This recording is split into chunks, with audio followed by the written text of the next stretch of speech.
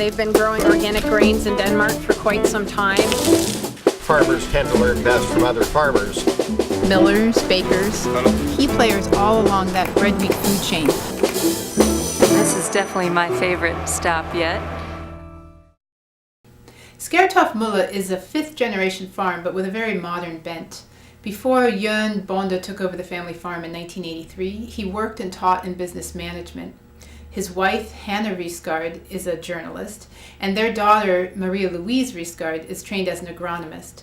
Together they form a very effective trio. In the beginning, they farmed part-time, and they switched the farm from a pig operation over to cash grains, which they then converted to organic in 1991. They started noticing, however, that their high-quality, high-protein grains, which they were selling wholesale, were being mixed with lower-quality lots. And so in 2004, they decided to enter the milling business. Early on, they successfully pitched their product line to a major grocery chain. Marie-Louise was our host, and she detailed Skaertoft's philosophy about limiting flour's exposure to air during the milling process, and the other practices that they use to ensure a high-quality product.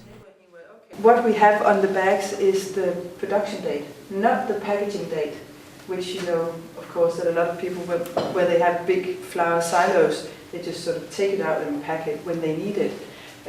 We have to make it flow so that when the flour leaves this place, it's a maximum of 5 days old. So they get it in the shops as fresh as possible. And that's also very important to us, because we want to give to the customers, to the consumers, flour that is healthy and tasty.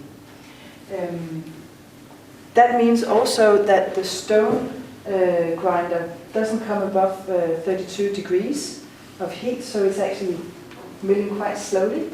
And we also make sure that from once the grain is opened until it's put in the bag, there's only a time leap of 10 minutes. And then my dad has devised a lot of machines, and the last one is one where it's standing on a vibrator and sort of pushing out all the air that's in the flour. So it's like you can feel if you touch the bags, they're quite brick-like, and that's because the flour is really compact in the bag. So those are the quality parameters that we put on ourselves, and of course the quality parameters that we ask of the people that deliver grain to this place, they have never been compromised. And this is the mill, and I think we can sort of sneak in.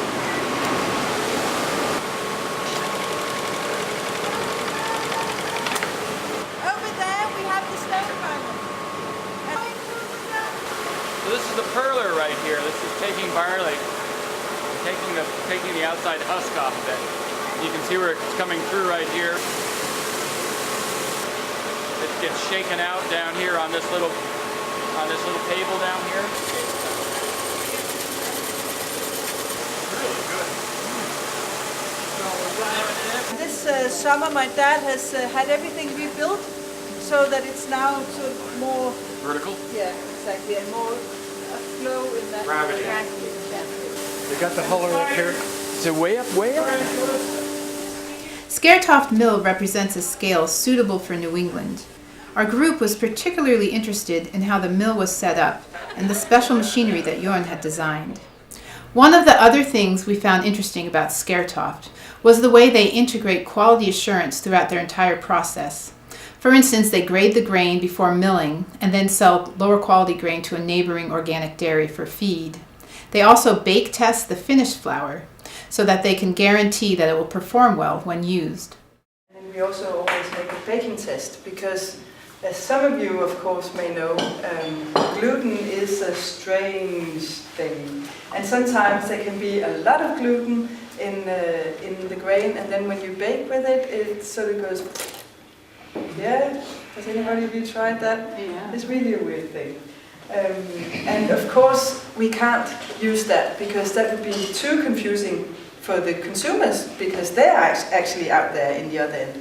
We don't really sell that much flour to bakers, which is quite interesting, because the bakers in Denmark can't handle flour that varies.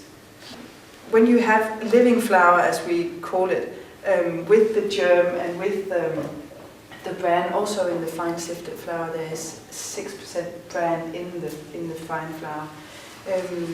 It acts differently. It acts up when the weather is wet.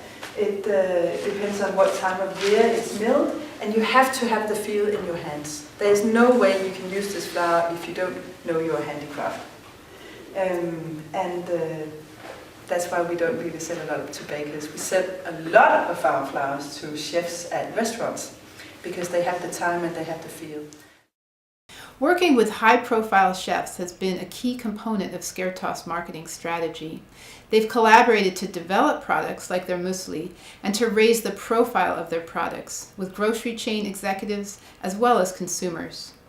It's so important to be able to have these brains that know so much about food and taste and quality, to have them on our team so that we afterwards can go out and say, well, we don't take all the honor, this is his work, but it's still our products.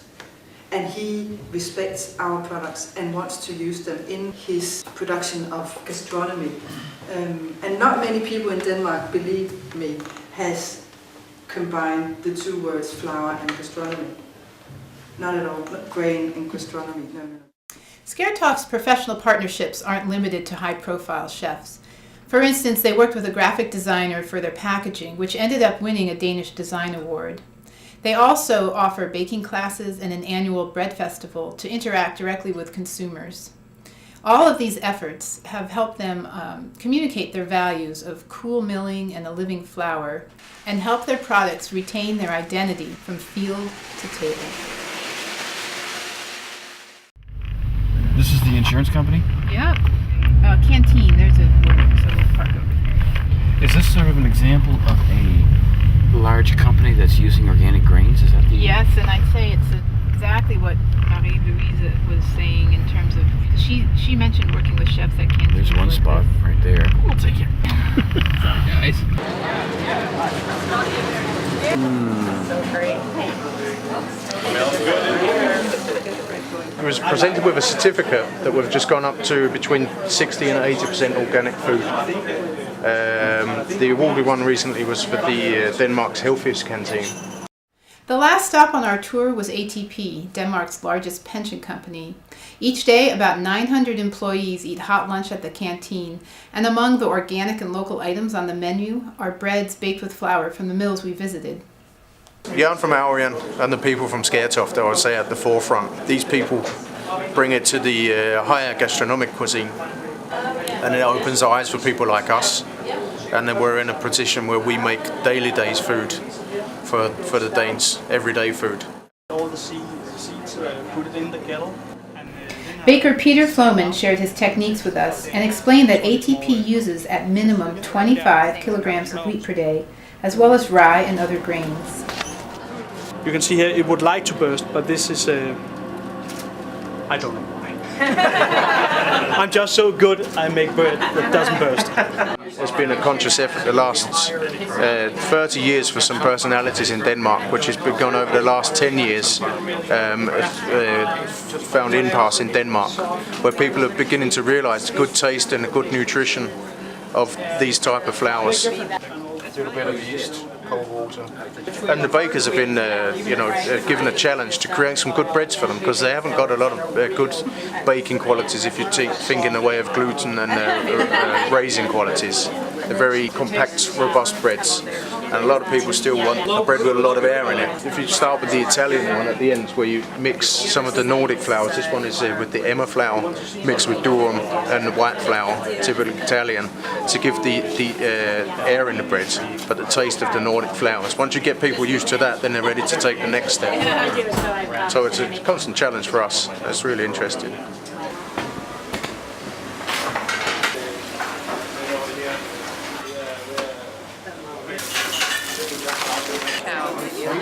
And they started making it. I'm really excited. It all looks delicious. Though exceptional, ATP is hardly unique.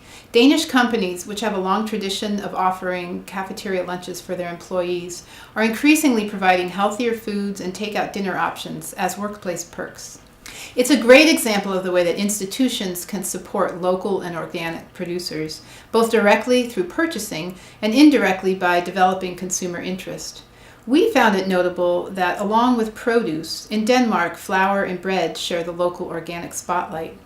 And we discovered that some of us actually like that traditional sourdough, rugbrød, or rye bread. If you're using it every week, even up to 14 days, you don't have to refrigerate it. Sit it on your counter and it's fine. Half-liter forms. Yeah. See if you can get that size. Okay. You need 400 grams of rye corn.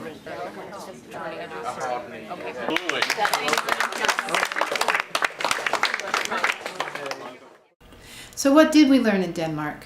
As a group, we saw that the local bread wheat system develops on many fronts simultaneously. It begins with farmers who pay close attention to falling number, protein levels, drying and storage. It begins with millers who source high-quality grains and take pride in producing a fresh, nutritious product. And it begins with partnerships with chefs and bakers and institutions like ATP, which help create demand for local and organic.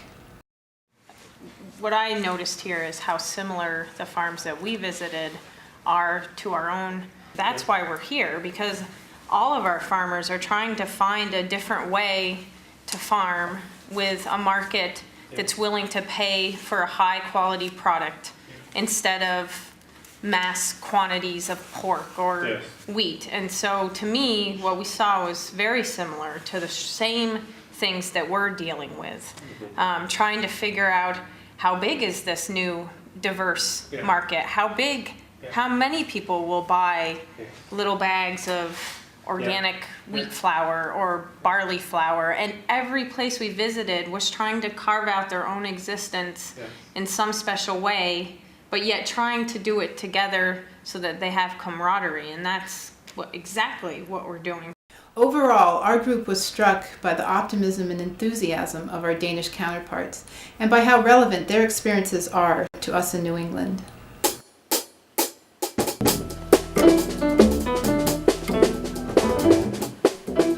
For more information about the Northern New England Local Bread Wheat Project, visit us at extension.umaine.edu/localwheat.